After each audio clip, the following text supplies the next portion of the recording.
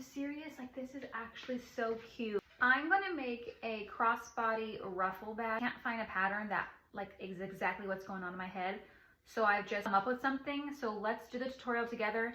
And if this actually works, I'll post this. I put 4 pieces of paper together and tape. Across the middle is 14 inches. Here to here, 14 inches. From the middle top to the middle bottom is 9 inches. From the top of this little strap to this little curve right here is 11 inches. From there, I kind of just created the little curve from the corner of the construction paper to get the exact look.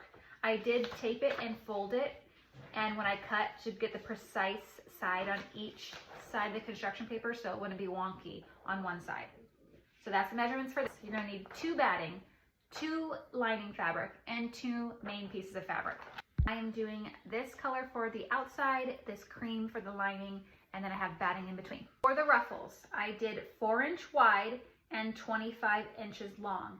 We're gonna sew these together eventually, so it will be just about shy of 50 inches long to make the ruffle. I hope that works in the length. If it doesn't, we'll just have a shorter ruffle. It may be, you know, not all the way around, but that's okay. Strap is 32 inches long, a little shy of 3 inches wide. I didn't have enough fabric to make it 3, but 3 would be ideal. And for batting, I did 1.5 inches wide and 32 inches long for the batting, because when we make this will be folded over and we'll sew this onto the strap.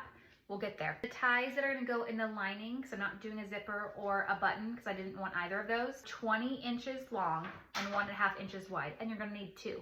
I'm gonna iron my main pieces and then attach the batting to the main fabric. If you have a specific pattern fabric, the front and the back will look different. So you're going to want to put the right side of the fabric on the bottom, facing the bottom, wrong side of fabric facing up with the batting on the wrong side.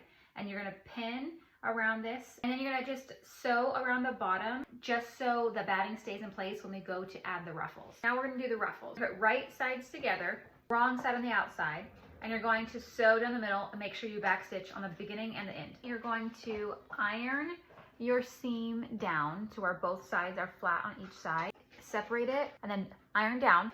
This is the right side, this is the wrong side, so make sure your fabric is facing the right way. So now you're going to fold this in half, where the right sides of the fabric on the outside.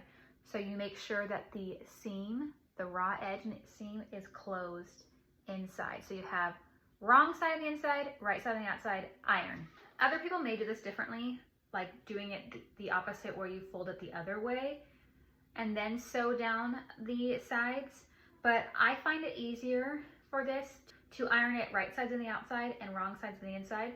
And we do have to close both ends. So instead of, you know, it being the other way, I just sew across like that, flipping it out like that. And so when I go to sew across, we'll just flip it around the other side.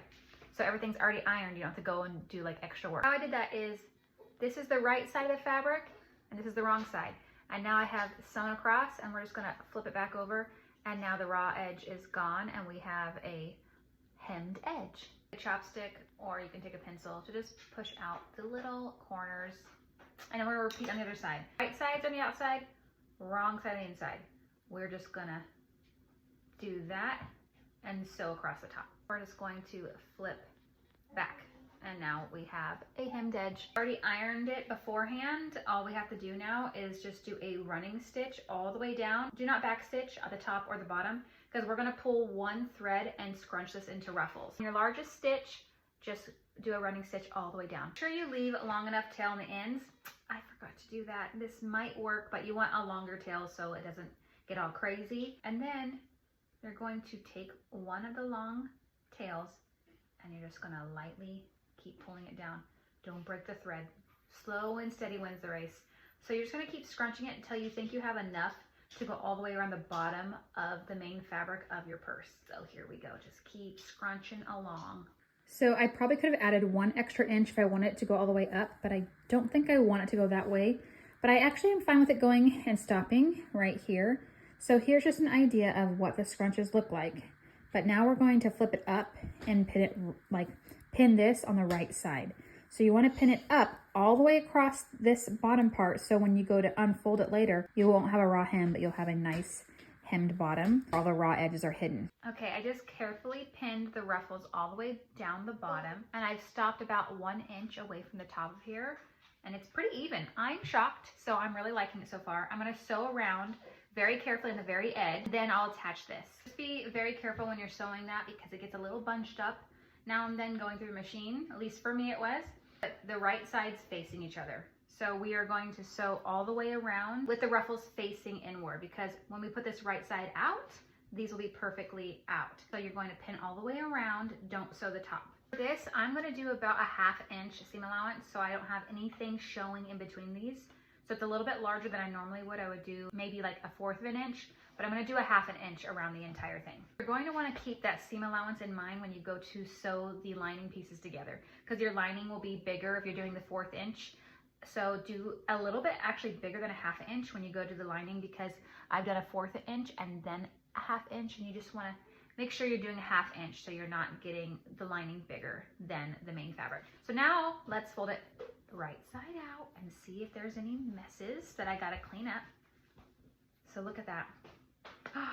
This is a gift for a friend. I might have to make myself one. Okay, we are looking good. Shockingly, this is working out. I have ironed wrong side on the outside and the right sides on the inside.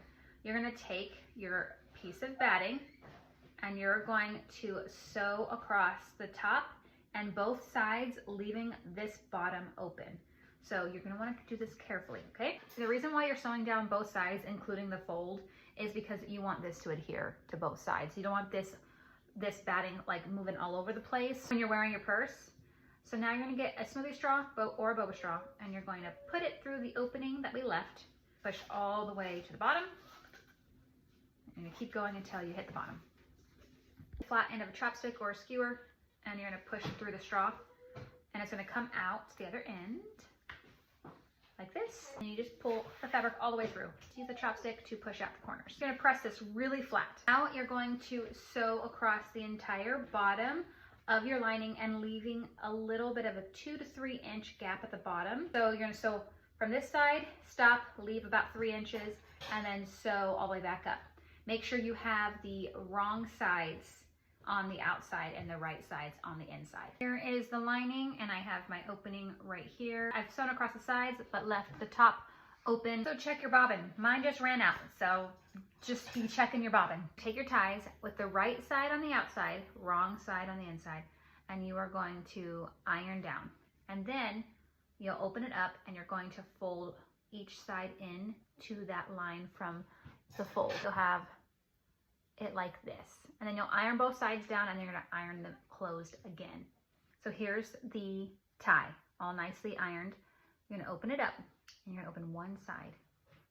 You're gonna close it all together, close it again. And then you're gonna have this little gap, and you're going to fold that extra little piece into the gap.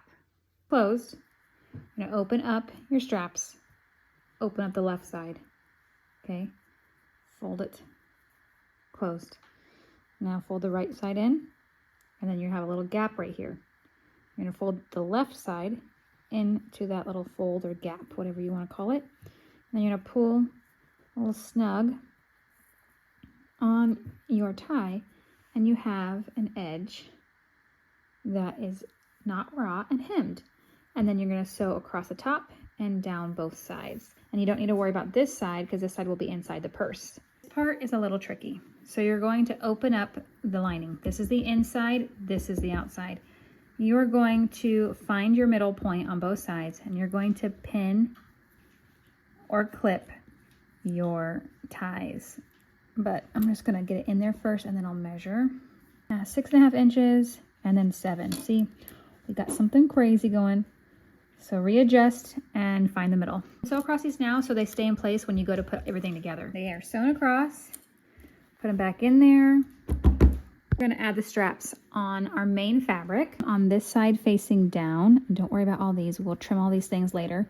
But you're gonna put it facing down, not up, because then it will look all crazy and be in the wrong spot. So pin up, and then you wanna make sure that you have this not twisted. And put it right here. You can cut off any extra, make sure it is pinned or clipped in the middle. And then you're going to sew across. Sew across like 2 or 3 times so they are definitely secure. I'm going to put this entire bag inside the lining by folding this, keeping the straps down. You're going to fold this. This is the easiest way, in my opinion, to put the bag inside each other. Put it in there and then straighten it all out. So you want to line up the seams on the inside and the outside. And then you're going to want to pin all the way around your bag. And then you're going to sew all the way around, starting here and then ending here. So you're going to go all the way around sewing. Just make sure everything is lined up perfectly. I just sewed around. We are going to pull the entire bag through that gap that we left at the bottom. Make sure all the seams are closed, there's nothing wrong before closing up the bag, because you can always fold it right back inside itself to fix any errors. I think it worked. Okay, so we're gonna keep pushing the inside into itself. The ties are in the right spot. The ruffles look good. Is there any errors here? Pull the corners out. Oh, cute, it worked. Did I actually do this right? How cute. Before we iron though, I forgot, we are going to close up this little hole that we left open. We're just gonna fold that in like that and sew across. All right, I just finished. I decided to sew around the entire top just so it has more structure. I am loving this. So I'm gonna go ahead and tie the tie so we can see that complete. Exactly what I was picturing in my head. Everything I saw online was, I don't know, too big, too small. I didn't want a zipper, I didn't want a button. I wanted something that was like long like a tote, but then could easily be a crossbody bag like that. I hope my friend loves this. I'm freaking out. I think I'm gonna have to make myself one. I mean, how many bags can a person have really? But I really just love it. Better than I expected it to be, honestly. I had literally no idea what it would turn out like. But are you serious? You should make this. Figuring it out was the hardest part, and you don't have to do that because I just did it for you. So I hope this makes sense. And I hope you make this bag because it's so cute.